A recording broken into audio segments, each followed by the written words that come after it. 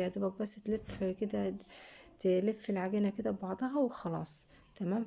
دلوقتي هنجهز المكنة بتاعتنا والقمع. شايفين المكنة العادية بتاعت زمان خالص والقمع الجميل بتاعنا.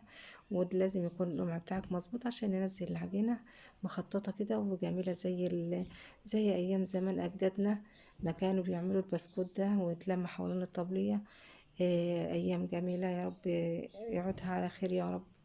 شايفين البسكوت بتاعنا في الفرن معانا نار متوسطة من فوق ومن تحت. وخد بالك الصيدان ساعات بيبقى فيه الصيدان بيبقى المعدن بتاعها يستحمل النار فتحرق البسكوتة معاكي، وفي صيدان بتبقى تحتاج نار زي الصيدان الألمونيا. شايفين ما شاء الله ولا حول ولا قوة إلا بالله. تحفة والله، تحفة. اعملوا لايك بقى عشان تمام.